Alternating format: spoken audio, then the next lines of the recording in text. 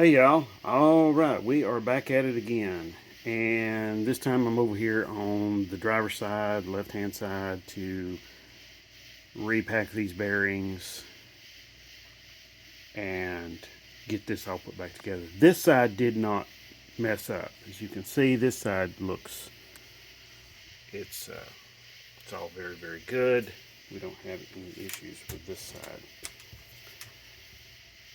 So that's kind of nice. Not kind of nice, it's really nice. Okay, I'm just trying to adjust the light for not so much glare. But anyway, yeah, I didn't paint this spindle here. This is the original spindle was on the truck. So kind of felt like, you know what, just clean it up some and leave it alone. So I'm going to clean it up a little bit more up here. And then I'm going to be packing bearings and putting grease in that hub and on the spindle and getting this all back together. But first, I want to say, whoops, thank you. Thank you so much to all of you who have subscribed to the channel and shared and liked all the shares and the likes and everything. It's really amazing. I find it just, yeah, it's just amazing. Okay, no other words for it, and really do appreciate it. So give yourselves a pat on the back, because the channel is now up 2,277 subscribers. So that's wow, it's crazy. Anyway, yeah, it's really crazy. So, but I would also like to address a question that a viewer has about, let's see if I can get this camera set up somewhere so you can see the spindle and see what I'm doing. Oh, well, the viewer has a question about a late model, well, not really late model, but a brand new Challenger, and he's wanting my opinion on if he should buy it or not. Really hard question to answer, but I will try to do my best. But first, I want to address something about driving these races in. You saw me with a very fancy seal driver, and you saw me driving it in, and you heard in the video, you heard it, the tone change when I was driving the seal in. The problem is that when you drive it in, you got to make sure that your driver clears these little edges right here, okay? Mine didn't. So what happened is my driver stopped on this ridge, and I thought, okay, I'm done. I mean, I even felt back here on that side that we're talking about, the passenger side, felt back there, and it was not all the way down to where this one is. Okay, there's no gap back here behind the race. That one had a gap. But I didn't feel to this side. I just fell to that side, and I thought, okay, well, I'm ready to go. I put it together. Guess what? I cannot get the cotter pin in, into the axle. Because the cotter pin, because the spindle, sorry. The spindle here has a little hole right there. If I can get something to clean the grease out of it, I'll show you what I'm talking about. Here we go. So there we are. I can't get that all the way through there, it's too big, but you can see what I'm talking about.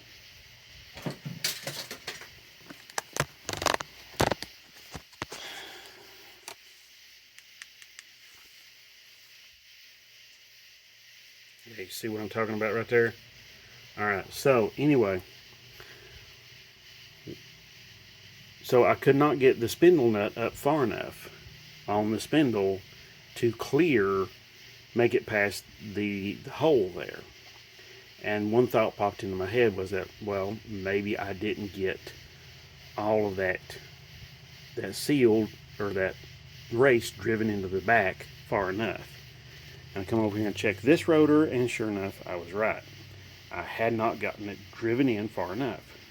So I went back over there, took it all back apart, and there we go. So, okay.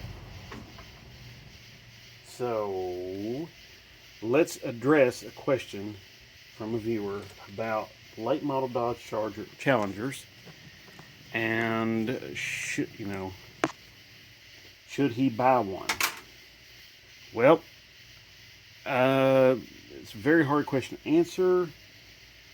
I don't deal in a whole lot of late model, newer, high performance Mopars that much.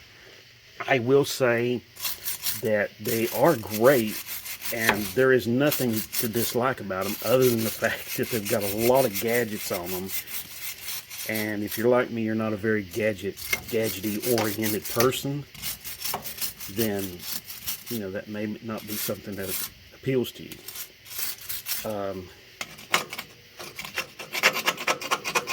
But however, I will say that a lot of people piss them on about them being heavy and all of this, being really super heavy and all of that. Well, I kind of think that's more hogwash than anything else. I mean, yes, they are heavier than some of your other muscle cars out there, like maybe your Mustang or Camaro or something like that. And I'm not going to argue with that. But I'm going to assume that this fella that questioned me about this, I'm going to assume that he has a good financial situation, because I honestly have no clue about his finances. Okay? So, he didn't bother sharing that with me, and honestly, I'm glad he didn't. So, I am going to say this, that, it's, if he's got the opportunity to do it, then go ahead and do it. But the Challenger, to me, is a really, now, and of course I am Mopar biased, so yes, my opinion is going to be more slanted towards the Mopars than anything else.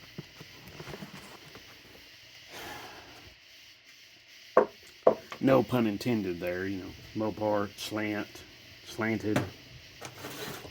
slant six, you get the picture. Even though there's not a 6-cylinder available. And, well, the Challenger he was talking about was the RT 5.7 or 345.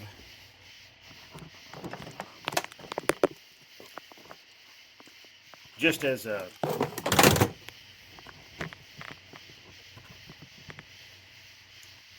he says he's got the opportunity to get one. So just as a, get this camera set up here. Just as a precaution, I will say that it's I'm sorry, I'm getting distracted. My fault.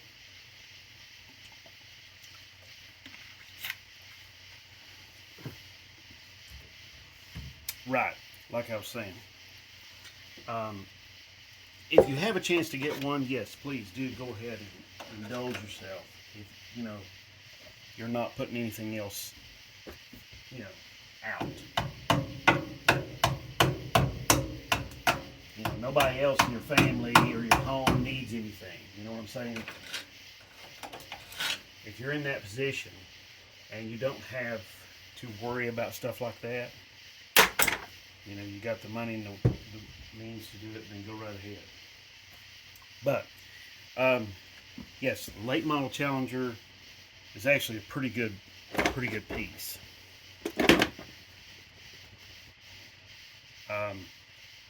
Now, the bad old days, we saw a lot of, I'm going to say the bad old days, which wasn't that long ago, but, in the Hemis, the third generation Hemi's earlier days, we saw a lot of examples of the Hemi, those generation Hemis, those earlier third generation Hemis, let's just say that, were experiencing lifter failures and cam failures and stuff like that. And the lifter would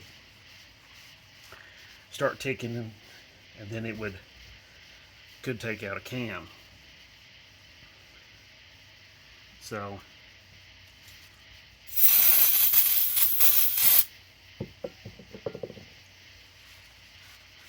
if that's your situation, you know, I feel for you, because I've done that job before. Swapping lifters in those engines is not easy. Heads have to come off completely. However, the newer generation of the, well, not newer generation, but the latest versions of third generation Hemi seem to have that issue pretty well taken care of. I don't hear about it a whole lot anymore. I'm not saying it's completely gone. I'm just saying it just doesn't happen much anymore. You don't hear about it much anymore. So,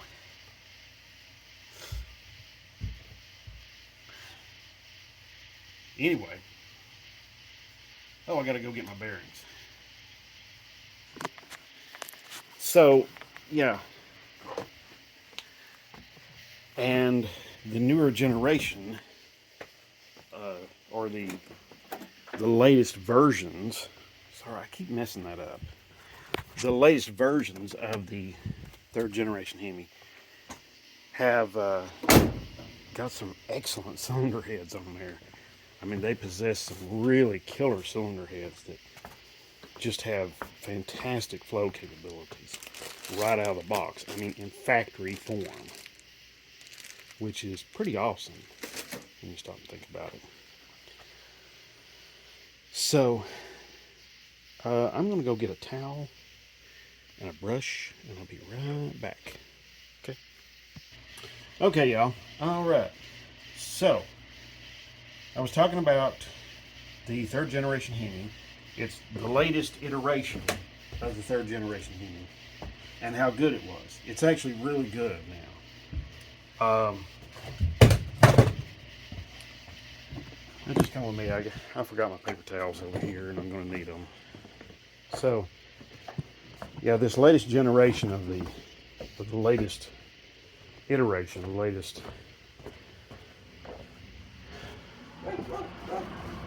iteration of the third gen Hemi is actually really good, because now they have a very, like I said before, they have a very good cylinder head. It is excellent. It flows way more air than the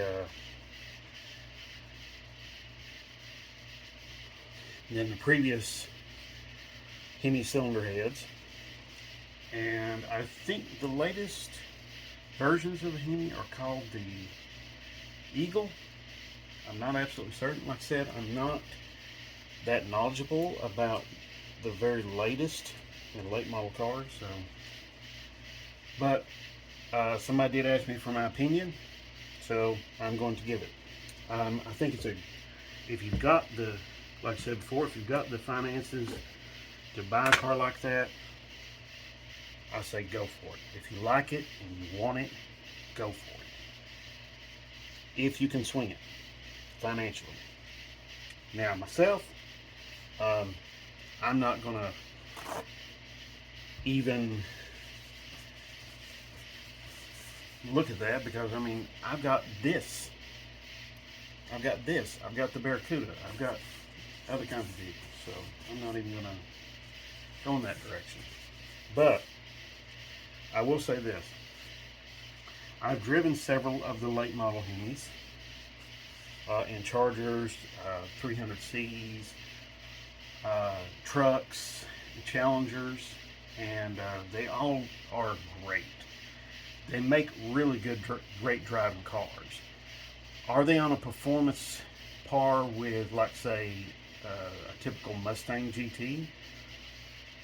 Some of them, yeah, I'd say so. But, you know, a lot of that comes down to the driver, too. So, and there's a lot of driver's aids on all of these cars nowadays. I mean, it doesn't matter what it is. So, you know, like I said, the latest versions of the third gen Hemi are really spectacular and make fantastic power. I know in the trucks it's like, you know, 390 horsepower for a 5.7 liter, which, you know, 10 shy of 400 horses, you know, it's like, whew, that's pretty spectacular. If you all know for sure, just comment. Go ahead and comment. But yeah, it's pretty spectacular, the amount of power coming out of these late model engines. Now, some people might say that, you know, the Challenger is very heavy and you got issues with that. They don't like it because of that. Well, I understand that. I'm not a big fan of a heavy car either. However, I do make some exceptions for heavy cars in some situations. Sometimes they make for a really great everyday driver, a much nicer everyday driver than, say, your typical, you know, car like I don't know, like, you know, some Mustang GT or something like that, or that would be lighter. I've heard that the Mustang, well, I know for a fact the Mustang's not as comfortable on the longer trips. So the thing of it is, it's like this. When it comes right down to the real nitty gritty, how many times in the world are you really going to be lining up against a car in the lane next to you at a red light somewhere in America and going to drop the clutch and turn it loose? There's not a whole hell of a lot of times where you're going to do that. Now, if you're going to the drag strip quite a bit, yeah, that's going to play a bigger role. But if you're not, then, well, you're not. But even if you are going to the drag strip quite a bit with your Challenger, there is things you can do to make it a little bit lighter. So, if you're willing to live without some niceties on it, all of a sudden that Challenger gets to be a lot lighter car. So, something to think about. But, yeah, I love older cars. I'm always going to love older cars over newer cars every single time. It's just the way it is.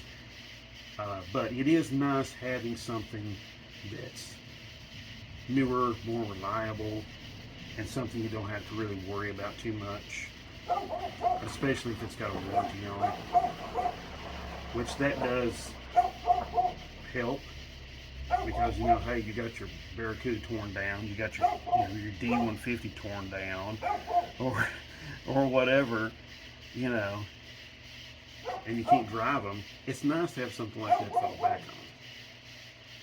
Now, you get the thing paid for, and it's like, oh, okay. Then it's like even nicer. So, I'm not really going to talk much about what I'm doing here, packing these bearings. I've covered that quite a bit with some other in previous videos. So, anyway, if you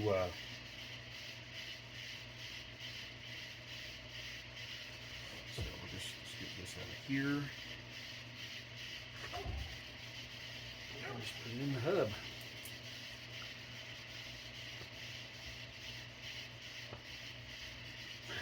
Oh, I didn't cover this in the previous videos, but when it comes to grease, make sure it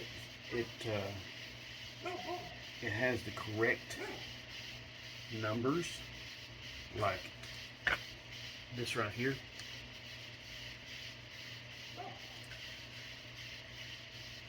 NLGI GCLB, or NLGI #2.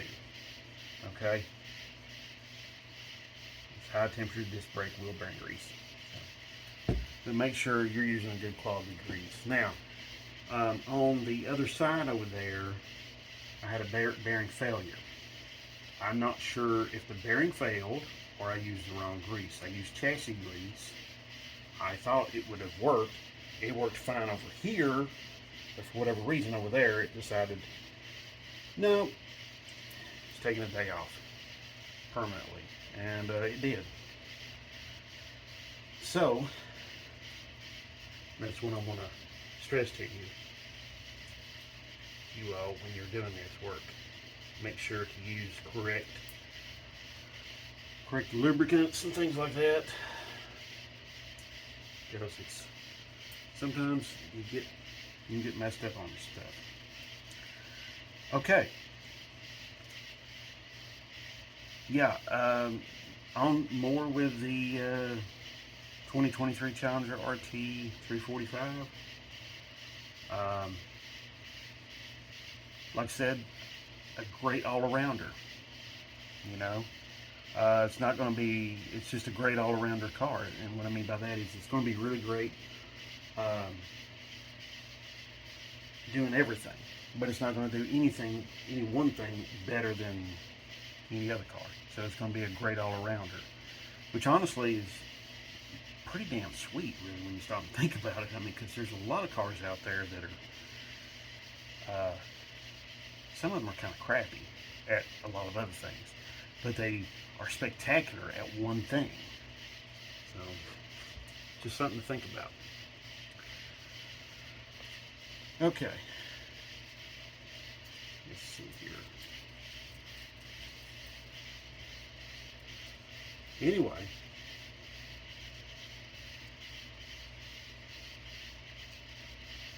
and you know, here's another thing. Life is pretty damn short, and it's really nice when you can enjoy it. You know, you go to work every day and you're making the money and you're paying the bills and you're paying your payments and all of this sort of stuff, and you're thinking to yourself, is this what it's really all about? You know, and then you go out and you get in a car that, now some folks will be driving something that's not quite so nice, but if you're going out and you're driving away and you're you know late model, 23 model RT Challenger 345, well, it's not a bad deal. I mean, I can think of a hell of a lot worse things to be driving.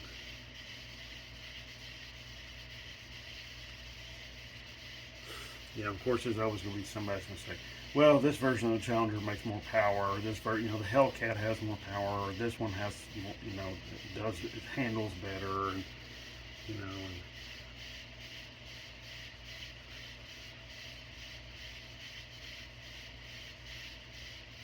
and yeah, there's cars out there that are faster than the Challenger SRT345. I'm not going to deny that, but I will also say,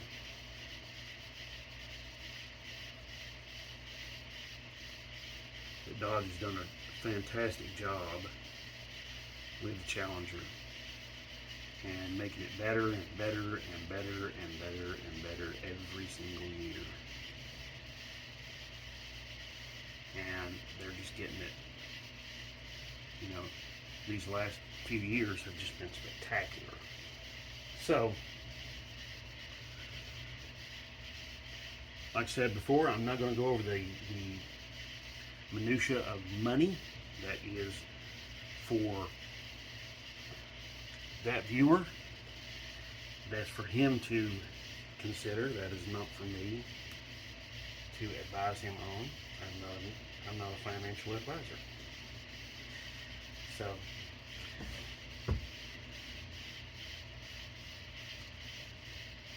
yeah, financial advisor. Invest in old Mopars. It pays off.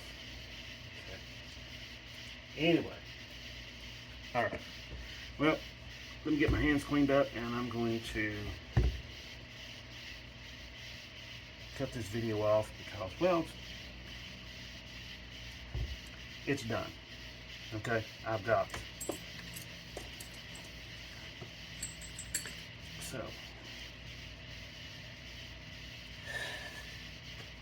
so anyway, I want to thank you all so much for watching. If you have any further questions about this video or anything else, you know what to do. Drop it down below. Even if the question like this has nothing to do with the video in question. Okay? Whenever you drop a question, it comes up on my YouTube page, and I see it, and I like to respond to them.